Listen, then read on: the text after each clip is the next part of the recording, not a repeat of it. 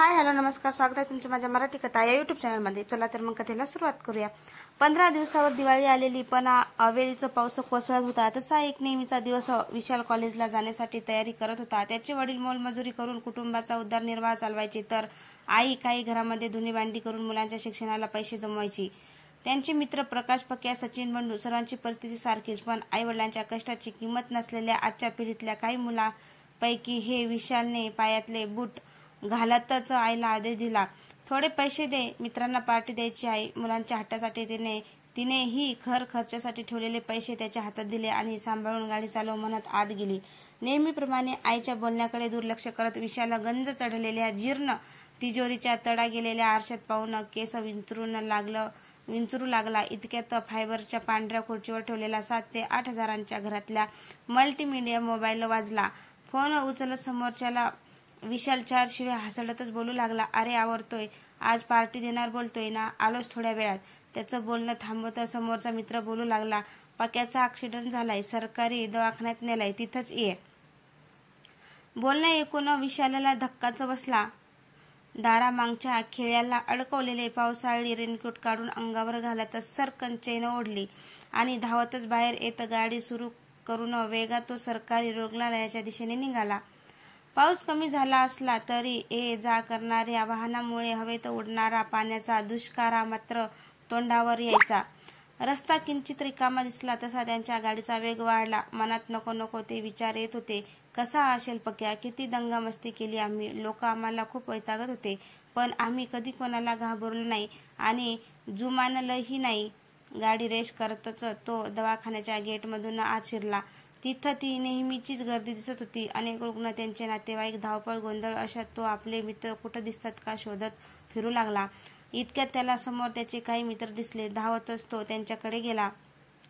कसा झाला ऍक्सिडेंट, पक्या कुठे, घाबरलेल्या आवाजात तो विचारू लागला। सर्वजण बोलत पक्याच्या बेडजवळ गेले। सलाईनच्या बाटलीतून थेंब थेंब पडणाऱ्या ग्लुकोजकडे पाहत विशाल प्रकाशकडे पाहू लागला। डोक्याला किरकोळ दुखापत झालेली, ज्यावर पांढरी जाळीदार पट्टी बांधलेली, हातालाही दुखापत झालेली। विशालकडे पाहत त्यांच्यातला एक जण दबक्या आवाजात सांगू लागला, काही नाही रे, नेहमीप्रमाणे कॉलेजला येत होतो, बस स्टॉपवर मुलीसमोर स्टँड करत स्लिप होऊन बाजूच्या खड्ड्यात पडला। नशीब मागे कुठली गाडी नव्हती, नाहीतर आयसीयू रूम ऐवजी पोस्टमॉर्टम रूम मध्ये असता।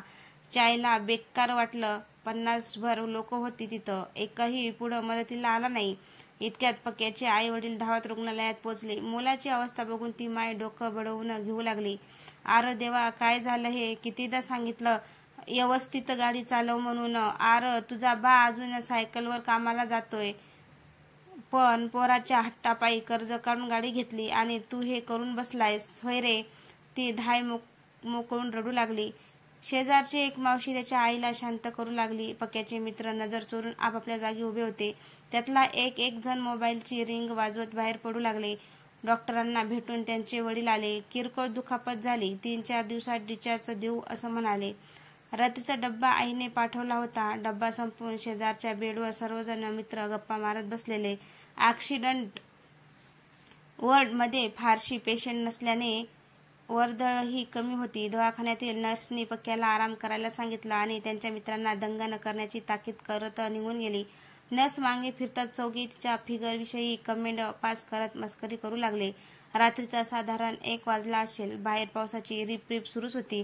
डोळ्या लागतो न लागतो तोच एक काळीज पिळवटून टाकणाऱ्या किंकाळीने विशाल खाडकन जागा झाला। तोंडावरील चादर बाजूला करून उठून बसला आणि आजूबाजूला पाहू लागला, पण काहीच नाही, सगळं काही सामान्य होतं। नर्स आपापल्या कामात होत्या। उठून चालत तो बाहेर आला, पण काहीच नाही। शेवटी हा दवाखाना कोणीतरी रडत ओरडत असणार, चालायचंच अशी स्वतःची समजूत काढत तो पुन्हा आत येऊन अंथरुणावर पडला आणि झोपण्याचा प्रयत्न करू लागला। पुन्हा डोळ्या लागतो न लागतो तोच कोणाची तरी चाहूल लागली आणि तो जागा झाला। तोंडावरची चादर बाजूला करत पाहू लागला। समोर काही अंतरावर पंजाबी ड्रेस घातलेले 19-20 वर्षाची एक मुलगी पाठमोरी उभी होती। नेहमीच्या सवयीप्रमाणे विशालने तिच्या फिगरचे कॅल्क्युलेशन करत उठून उभा राहत थोडे इम्प्रेशन मारायला सुरुवात केली।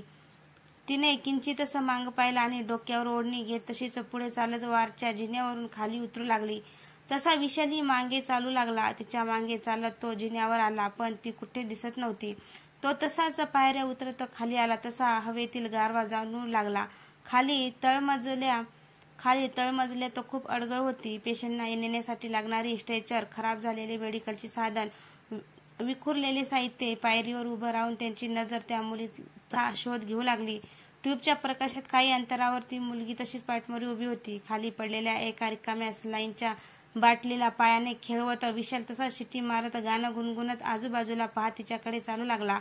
फिनेलचा दर्प नाका शिरला तसं तोंड वेडवाकडं करत आपला खेळ चालूच ठेवला. अजूनही ती तशीच पाठमोरी उभी होती, कोणतीच हालचाल न करता. जसा जसा विशाल पुढे जात होता तसा तसा हवेतील गारवा कमालीचा वाढत होता. आता 2-3 पावले दूर होता तोच त्या मुलीने हाक दिली, आपली नाही तर कोणाची नाही, बरोबर ना? तर मित्रांनो, तुम्हाला ही कथा कशी वाटली? कथा आवडल्यास लाईक, कमेंट, शेअर करायला विसरू नका. चॅनलवर कोणी नवीन असेल तर चॅनलला सबस्क्राईब करा. धन्यवाद.